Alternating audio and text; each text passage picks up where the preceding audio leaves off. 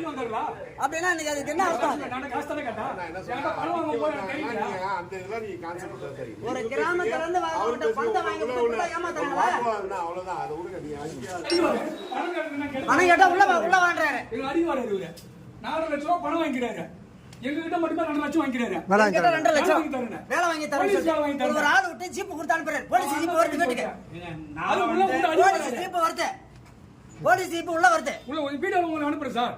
எல்லா வீடியோ உங்களுக்கு அனுப்புறேன். அவர் பேசுறது ஒரு காசு தரேன். இவர் யார்கிட்ட காசு கொடுத்துறாரு அந்த காசு அந்த அதிகாரி யாவர் ஏமாத்திட்டான்றதெல்லாம் சொல்லிக்கிறாரு. என்ன பேர் சொல்லுவாரு? சத்யநாராயண கிட்ல தான் என்ன ஏமாத்திட்டான். அவர் என்னன்னு கேட்டீங்கன்னா அவரு பணம் வாங்கும் போதெல்லாம் ஒரு ஆளுக்கு சொல்லிடுறாரு. அது நமக்கு நம்பிக்கை ஆயிடுது. ஜீப்பு கையில இருக்குது. அதை விட என்ன நம்பிக்கை? சத்யநாராயண இன்ஸ்பெக்டர் தாங்க உங்க லிமிட்ல ஒரு இன்ஸ்பெக்டரா இருந்தாரு பாத்தீங்களா, உங்களுக்கு தெரியும். நீங்க அந்த அவர் பண்ண இதுல வந்து அவன் இந்த மாதிரிலாம்